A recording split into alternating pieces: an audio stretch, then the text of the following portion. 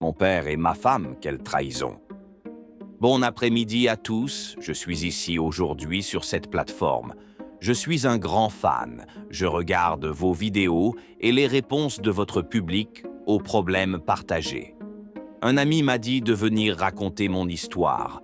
Je ne vais pas donner mon nom, mais je vais aller droit au but, vous dire pourquoi je suis là, ce qui m'est arrivé. C'est une longue histoire, très longue, mais je vais essayer de la raccourcir à cause du temps. Écoutez bien, il ne faut faire confiance à personne, jamais, pour aucune raison. Voilà comment tout a commencé. J'étais frustré. J'ai eu plein de cœurs brisés, des tas de ruptures avec des femmes.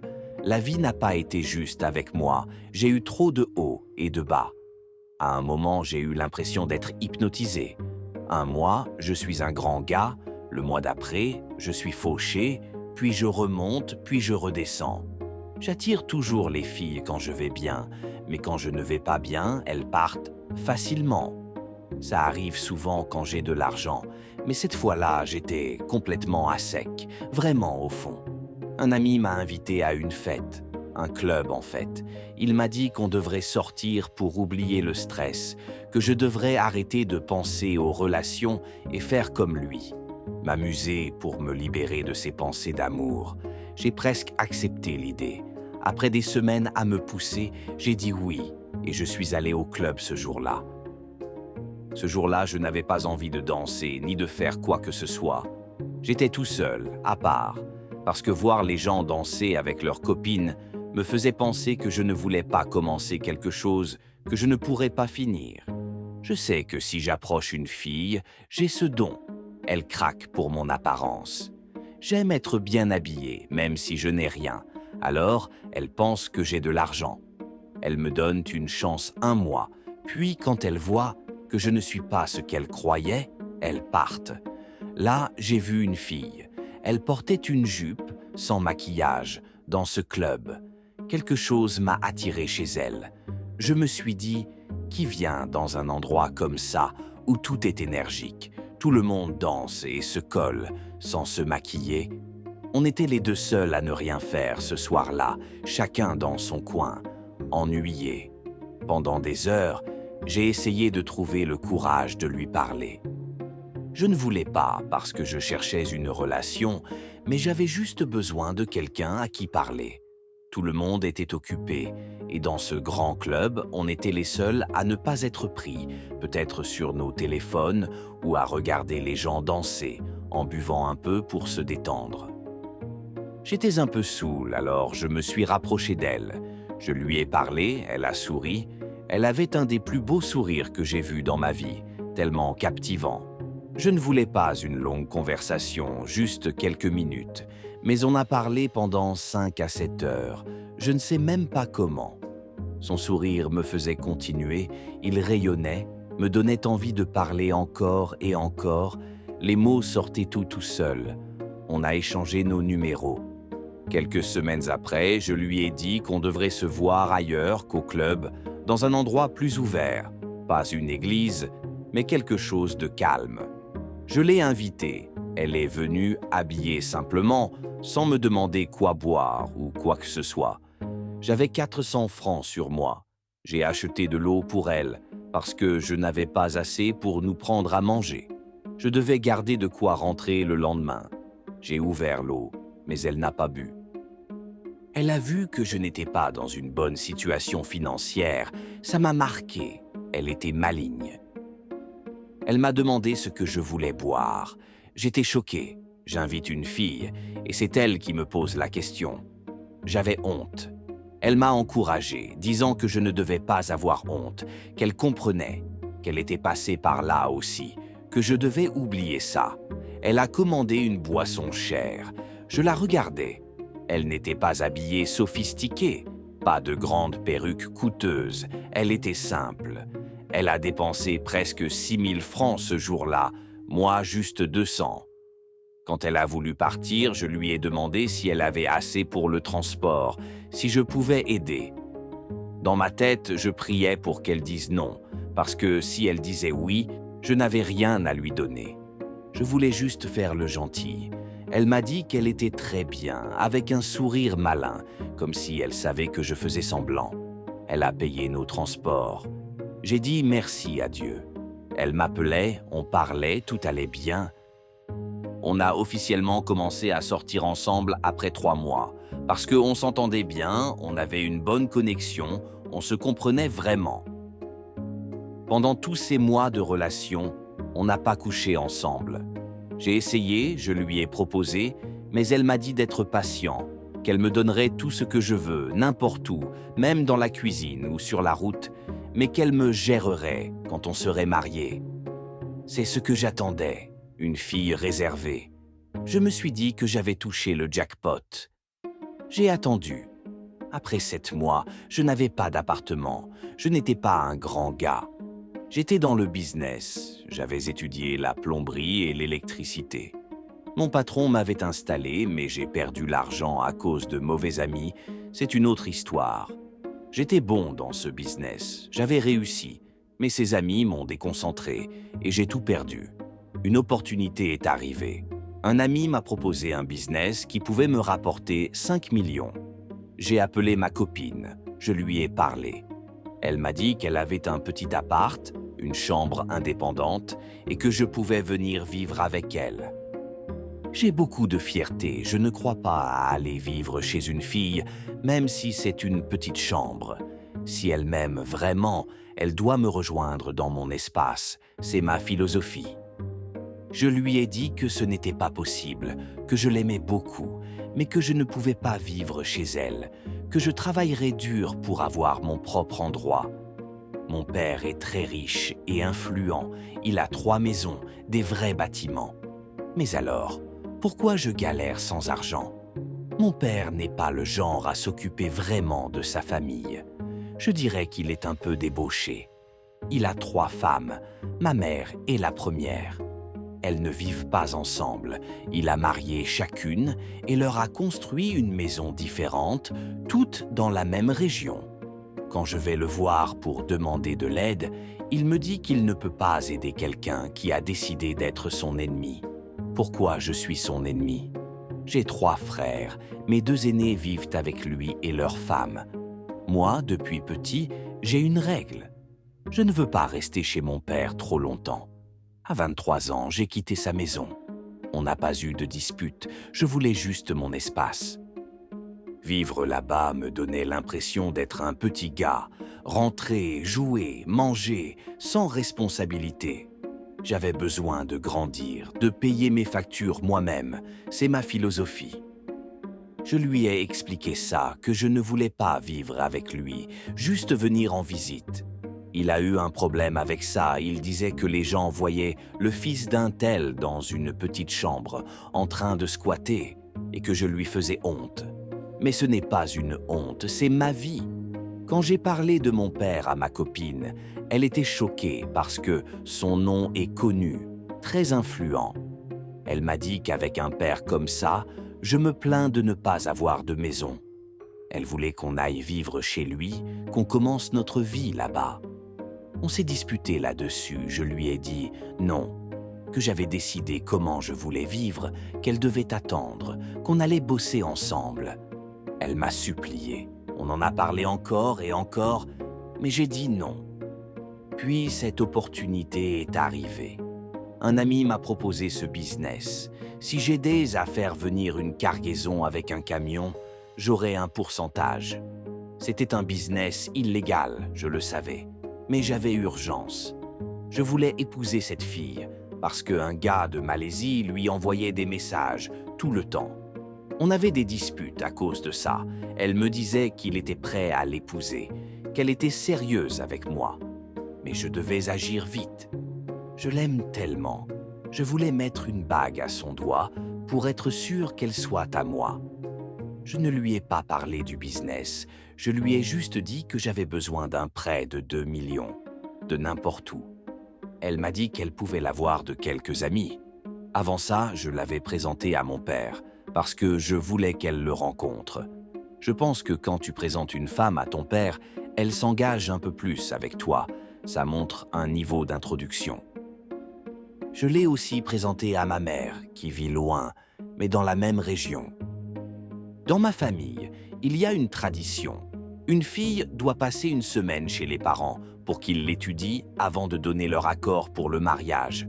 Ça peut se faire avec moi ou juste elle, mais rester là-bas avec elle n'avait pas de sens pour moi. J'avais des affaires à gérer. Je courais partout pour trouver ces 2 millions pour ce business, qui me donnerait 5 millions. Elle est restée une semaine chez mon père. Elle adorait l'endroit. C'était un manoir avec 3 chambres en plus. On pouvait choisir où vivre. Elle s'amusait, on faisait des appels vidéo pendant que j'étais dehors à chercher des solutions. Elle me disait qu'elle aimait cet endroit, qu'on n'avait pas besoin de chercher une maison, que c'était le meilleur endroit pour nous, comme la famille Abraham. Mon père s'appelle Abbé. Je ne donne pas son nom complet. Vous pourriez le reconnaître. Elle était excitée. Je lui ai dit que j'étais dans le pétrin, qu'elle devait trouver un moyen de me donner 2 millions. Elle en a parlé à mon père. Elle m'avait dit de lui parler, mais j'ai refusé. Je voulais le faire moi-même, comme homme. J'ai une règle depuis longtemps. Si je veux quelque chose, je l'obtiens seul. Ma famille, c'est le genre qui te rappelle ce qu'ils ont fait pour toi après t'avoir aidé. Alors, avec ma fierté, je préfère me débrouiller. Une fois, j'avais eu un problème avec 100 000 francs. J'ai demandé à mon père. Quelqu'un venait de lui payer un loyer. Mais il n'a pas voulu me prêter. C'était quelques mois avant cette opportunité. S'il ne pouvait pas me donner 100 000, comment il allait me donner 2 millions? J'ai décidé de me respecter et de le faire à ma façon. Mais ma copine est allée voir mon père. Elle ne m'a pas dit parce qu'elle est du genre à parler beaucoup, à discuter avec les gens. Elle est allée lui demander de l'argent, pas mendier selon elle, mais pour m'aider. Elle savait que si ce business marchait, ces millions nous permettraient de louer un appart, de faire un mariage, pas notre rêve, mais un mariage, et de lancer un business pour elle.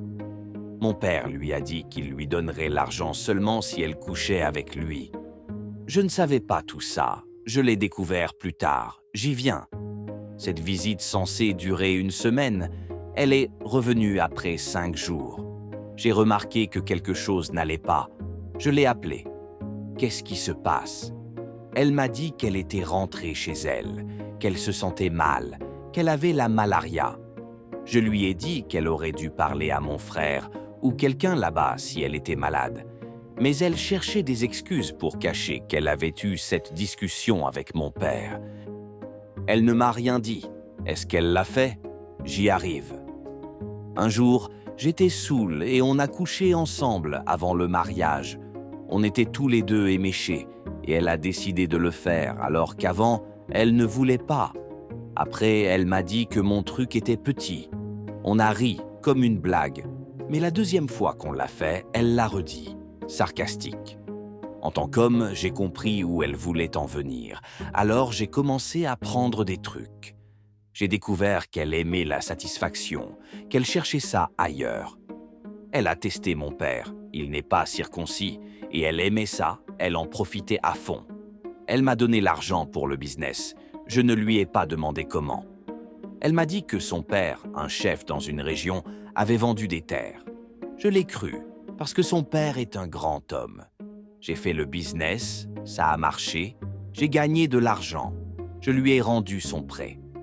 Je n'ai pas demandé plus, je lui ai fait confiance. Ensuite, on a loué un appart à la capitale. On s'est mariés officiellement. Une semaine ou 2 après, elle m'a dit qu'elle voulait aller dans la région de mon père pour un business avec sa famille. Moi, j'étais occupé, je ne faisais pas trop attention à ses mouvements. Elle gagnait bien.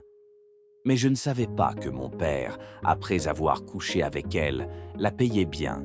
Il ne paye pas si tu ne lui donnes rien. Elle ne m'a pas dit, parce qu'elle aimait ça. Avant qu'on commence à coucher ensemble, elle m'avait dit qu'elle avait quitté beaucoup de gars parce qu'ils ne la satisfaisaient pas.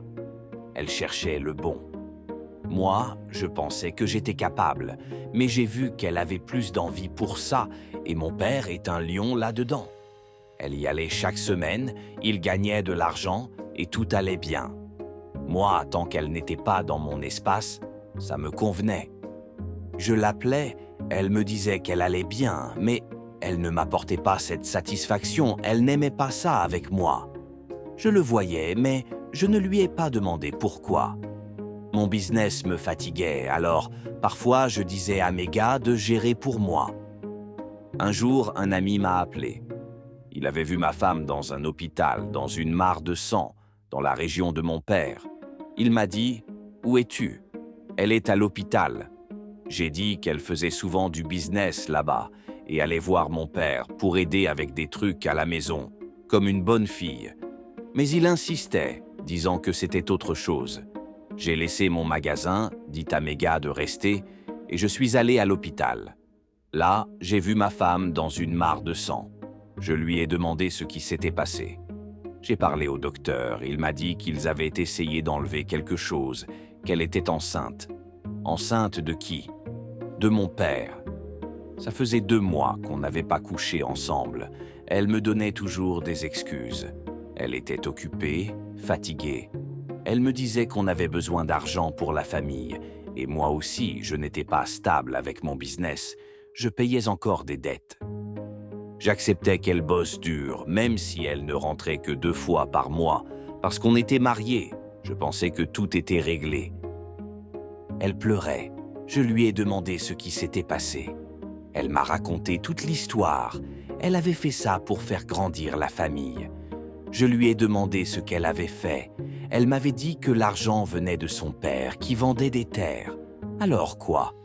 Elle m'a dit qu'elle avait fait ça pour moi. Je pensais qu'elle m'avait trompé avec le gars de Malaisie ou un autre, mais elle m'a avoué que mon père l'avait mise enceinte. J'étais choqué. Mon père ? Ma femme, ma vraie femme légalement mariée. Elle m'a dit que tout l'argent et les cadeaux qu'elle ramenait pour mon business venaient de mon père, qu'il couchait avec elle et la payait. Ce n'était pas la première fois, c'était la 2e grossesse. La première, il l'avait enlevée sans problème, mais cette fois, son ventre était fragile après la première. Et ils n'ont pas pu enlever celle-ci correctement, c'est pour ça qu'il y avait tout ce sang. J'étais abasourdi. Elle pleurait, me suppliait, disant qu'elle l'avait fait par amour.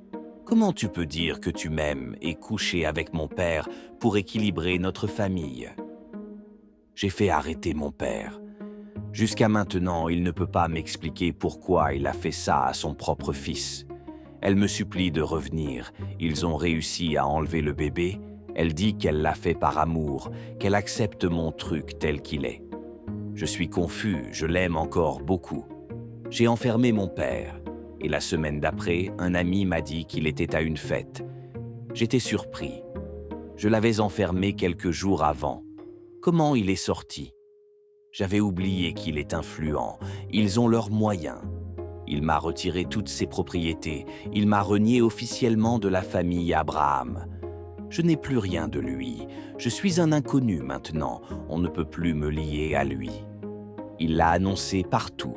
Rien ne me connecte plus à cette famille. Et ma femme me supplie de revenir, disant qu'elle veut qu'on reprenne. Mais comment revenir alors qu'elle m'a mis dans ce pétrin ? Mon père ne m'aimait pas beaucoup avant, encore moins maintenant que j'ai osé l'enfermer, et il a réussi à sortir. Je suis confus. Il m'a renié. Je n'ai plus accès à ses propriétés. Elle me supplie avec ses amis et sa famille, disant qu'elle acceptera mon truc comme il est, qu'on trouvera un moyen. Mais ma famille passe d'abord. Je ne peux pas me couper d'eux à cause d'elle. Ma mère est fâchée contre moi. Mes 2 frères aussi, disant que j'ai eu le culot de faire ça à mon père, qu'on aurait dû régler ça en famille. J'étais en colère. J'ai pris cette décision à cause d'elle, et maintenant je suis perdu. On ne vit plus ensemble depuis. Je ne sais pas si je la veux encore. Je ne sais plus ce que je veux. C'est pour ça que je suis ici. Je veux savoir si je dois la reprendre ou supplier mon père.